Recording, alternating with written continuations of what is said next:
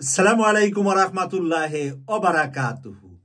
আনন্দ শোভাযাত্রার নাম পরিবর্তন করে মঙ্গল শোভাযাত্রা রাখা হয়েছে ভারতীয় কলকাতার দাদাবাবুদের পরামর্শে। দাদাবাবুদের প্রেসক্রিপশন নিয়ে বাংলাদেশের ওই সংস্কৃতি নামে কিছু অপসংস্কৃতির কিছু কুলাঙ্গার বিভিন্ন জায়গায় দায়িত্ব পেয়ে তাদের পরামর্শ নিয়ে বাংলাদেশে এটা চাপিয়ে দেওয়া হয়েছে। কিন্তু আমাদের আনন্দ শোভাযাত্রায় যদি ফেরত চাই, আর মঙ্গল শোভাযাত্রাটা যেহেতু ইসলামের সাথে কন্ট্রাডিকশন, মঙ্গল শোভাযাত্রা তারা করেন সূর্য উদয়ের সাথে সাথে সূর্যকে পুজো করে, সূর্যকে দেবতা মনে করে পূজা দিয়ে এটা শুরু করা হয়। তো সূর্যের পূজা তো মুসলমানরা করতে পারেন না, সেই কারণে আমরা কিন্তু মঙ্গল শোভাযাত্রার বিরোধী, কিন্তু আনন্দ শোভাযাত্রার বিরোধী তো আমরা না। বাংলাদেশের সংস্কৃতি মন্ত্রণালয়ের দায়িত্বে আসার এই যে উপদেষ্টা, যাকে আসিফ নজরুল বানিয়েছে, তার কর্মকাণ্ড নিয়ে আমরা সবসময়ই কথা বলেছি এবং সবসময় কথা বলে যাব।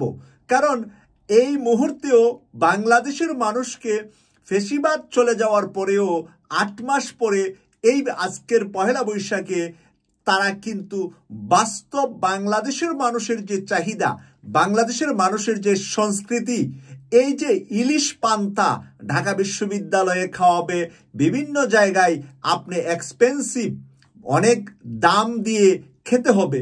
বাংলাদেশের গ্রামের ছোট্ট ছোট্ট ছেলে মেয়েদেরকে যদি জিজ্ঞাসা করেন জাতীয় মাছের নাম কি, যারা একেবারে বিচক্ষণ পড়াশোনা করেছে তারা হয়তো নাম বলবে ইলিশ, কিন্তু বাংলাদেশের জাতীয় মাছ গ্রামের দরিদ্র সন্তানদেরকে জিজ্ঞাসা করলে বলবে পাঙ্কাশ অথবা তেলাপিয়া।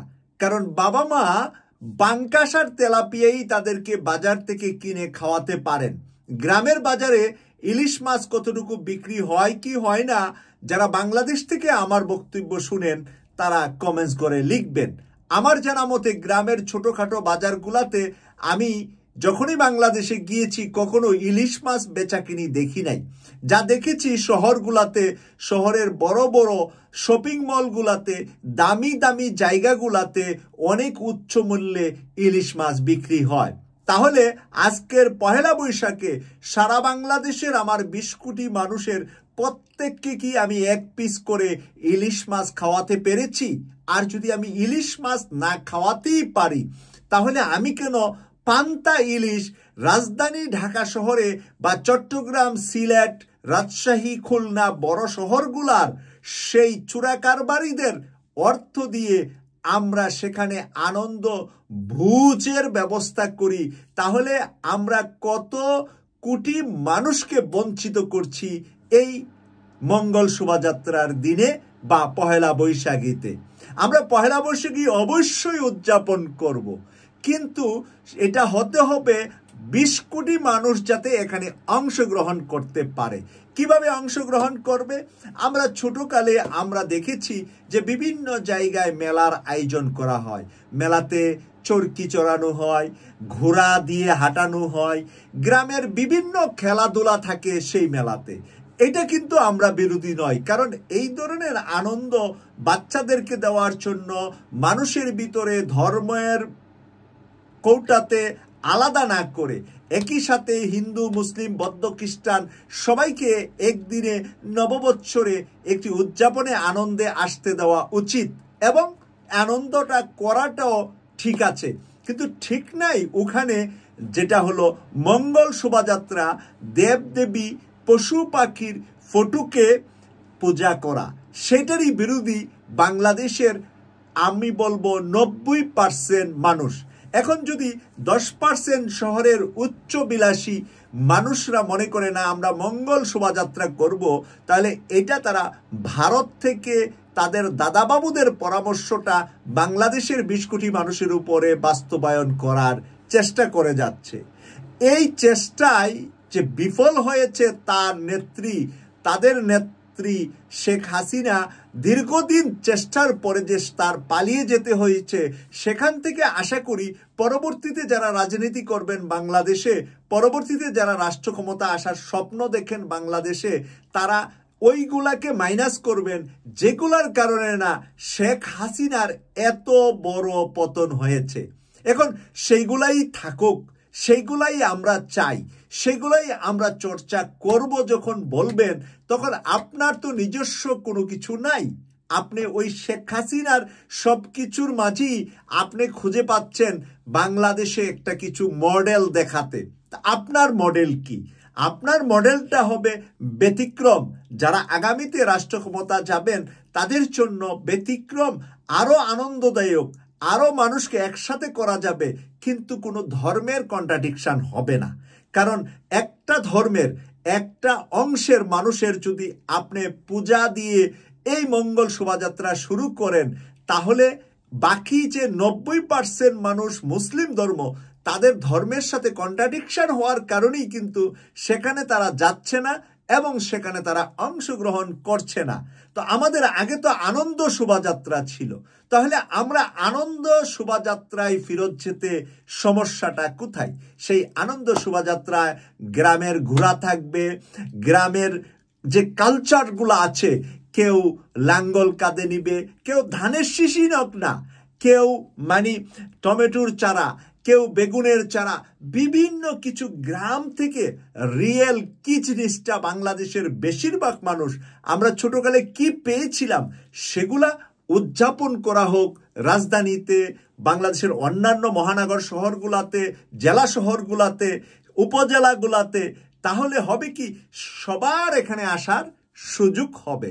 আর একেবারে ইলিশ মাছ পান্তাবাতি খেতে হবে তা না করে, যদি এখানে তেলাপিয়া মাছ বা পাঙ্কাশ মাছ দিয়ে স্বল্প মূল্যে খাবারের ব্যবস্থা করে, সরকারিভাবেও যদি এটাকে একটু কন্ট্রোল করে, আমাদের থানা, আমাদের টিউনু যারা উপজেলা লেভেলে আছে তারাও যদি এটার একটা প্রাইস করে দেয়, সেখানের যারা ব্যবসায়ী আছেন তাদেরকে যদি বলে দেয় যে আপনারা 100 টাকার ভিতরে এই খাবারগুলা বিক্রি করবেন, বা 50 টাকা দিয়েও পান্তা ভাত খেতে চাইলে খেতে পারবে, আলুর ভর্তা, আমাদের গ্রামের যে শাকগুলো আছে, ভর্তা শাক ছোটকালে আমরা উঠাইতাম, ধান ক্ষেতের ভিতরে ভর্তা শাক হতো, এরকম অনেক শাক আছে, পালং শাক, লাল শাক, অনেক কিছু আছে, সেগুলা দিয়েও কিন্তু আমরা আনন্দ শোভাযাত্রা করতে পারি। কিন্তু আমরা চলে যাচ্ছি কি এক শ্রেণীর মানুষের কাছে, যেই পার্সেন্টেজটা একদম কম, সর্বোচ্চ 1% মানুষ মঙ্গল শোভাযাত্রায় অংশগ্রহণ বা সেখানে গিয়ে খাওয়ার সামর্থ্য রাখে 1% মানুষ। কারণ ইলিশ মাছ হলো সবচাইতে এক্সপেন্সিভ মাছ, আর সেটা দিয়েই সেই শোভাযাত্রা তারা শুরু করে, এবং না খেলে আপনি মনে হয় ওখানে গরিব বা আপনি অসহায়, এবং আপনাকে বাধ্য করা হচ্ছে ডাইরেক্ট বা ইনডাইরেক্ট সেখানে পান্তা ইলিশ খাওয়ার জন্য। প্রিয় দর্শক, বাংলাদেশটা হলো আমরা ধনী গরিব এই যে বৈষম্যটাকে দূর করার জন্যই তো আমরা 24-এ হাসিনাকে বিদায় করেছি। যেই বৈষম্য থেকে আমরা মুক্তি পাওয়ার জন্য নতুন দেশে নতুন হাওয়ায় আমরা নিজেদেরকে অ্যাডজাস্টমেন্ট করতে চাচ্ছি, তাইলে নতুনত্ব এবারের মঙ্গল শোভাযাত্রার পরিবর্তে আনন্দ শোভাযাত্রা করে গ্রামের হাইডুডু খেলাগুলা যদি আজকে ঢাকায় নিয়ে আসা হয়, এবং গ্রামেও হবে, ঢাকায়ও হবে, সব জায়গায় হবে একই দিনে একই টাইমে, আমরা যদি গ্রামের অনেক ধরনের সংস্কৃতি আছে যেগুলা আমরা তুলে আনলে, আন্তর্জাতিকভাবে বিশ্বব্যাপী যদি এটা পরিচিত হয় যে রিয়েল বাংলাদেশের সংস্কৃতিটা কি, হাইডুডু খেলা, গোলাচুট খেলা, তারপরে কি বলে আপনি ভলিবল খেলেন, আপনি যেই কুস্তি খেলেন, এইগুলা দিয়ে আপনি পুরস্কারও দেন, আপনি আনন্দ করেন, সারা দেশের সকল মানুষ দেখুক।